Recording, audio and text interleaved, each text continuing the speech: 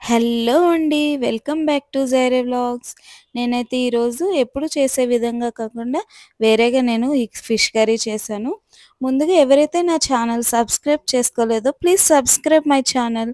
అలానే ఇన్‌స్టాలో నా అకౌంట్ ఉందండి. Please follow my account. ముందుగా నేనైతే చూపిస్తున్న విధంగా అంటే ఫిష్ నేనొక 500 గ్రామ్స్ కంటే తక్కువనే తీసుకున్నానండి. అంటే ఎక్కువ చేస్తే తినట్లేదు ఇంట్లో అని కొంచెమే తీసుకున్నా. అంటే ఒక 8 పీసెస్ వరకు తీసుకున్నా. దానిలోకి ఒక ఆనియన్ అయితే కట్ చేసుకొని నేను ఇలా కర్రీ లీవ్స్‌తో ఆయిల్ వేసి సరిపడంత నేను ఆనియన్స్ వేయించేసానండి.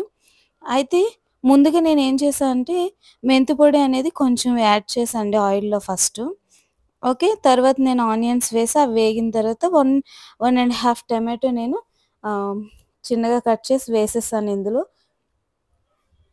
అవి వేగిన తర్వాత 3 టీ స్పూన్స్ ఆఫ్ మిర్చి పౌడర్ వేసాను అండి.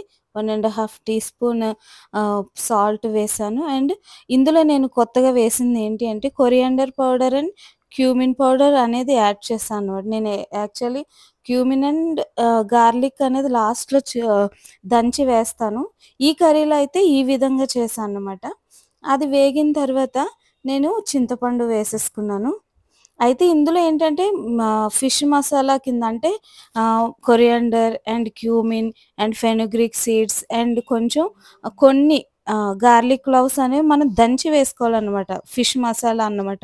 అయితే నేను నా దగ్గర పౌడర్స్ ఉన్నాయని ఫస్టే ఆ పౌడర్స్ యాడ్ చేసి, ఈ క్లవ్స్ అనేవి నేను దంచి అందులో ఈ పులుసులో వేసేసాను అండి. అది కొంచెం ఒక 5 మినిట్స్ అవి అంటే మరిగిన తర్వాత ఈ ఫిషెస్ అనేది నేను ఇందులో యాడ్ చేశాను. అయితే నాకు చిక్కగా అనిపించింది. అందుకనే కొంచెం వాటర్ వేసుకున్నా. మీకు పల్చగా అనిపిస్తే గనుక మీరు వాటర్ వేసుకోవాల్సిన అవసరం లేదు. అయితే ఇవి వేసుకున్న తర్వాత పైన నేను కట్ చేసి పెట్టుకున్న మిర్చి యాడ్ చేసేసి ఒక 10 మినిట్స్ వరకు కూడా నేను క్యాప్ పెట్టేసి ఉంచేసండి. స్పూన్‌తో అయితే నేను ఇష్టం వచ్చినట్టుగా కలిపేయలేదు. ఎందుకంటే మీకు కూడా తెలుసు అవి ముక్కలయిపోతాయి కాబట్టి. అందుకే చూసారు కదా! ఆఫ్టర్ 10 మినిట్స్ కర్రీ అనేది ఎంత బాగా అయింది. చిక్కబడింది కూడా. సో, నేను లాస్ట్‌లో ఆహ్, గా అది కొత్తిమీర వేసేసి నేను గార్నిష్ చేసేసాను. స్మెల్ అయితే చాలా అంటే చాలా బా వస్తుంది. ఈ ఫిష్ కర్రీ రేపటికి ఇంకా చాలా బావుంటుంది. ప్లీజ్ మీరు కూడా ట్రై చేయండి. Thanks for watching.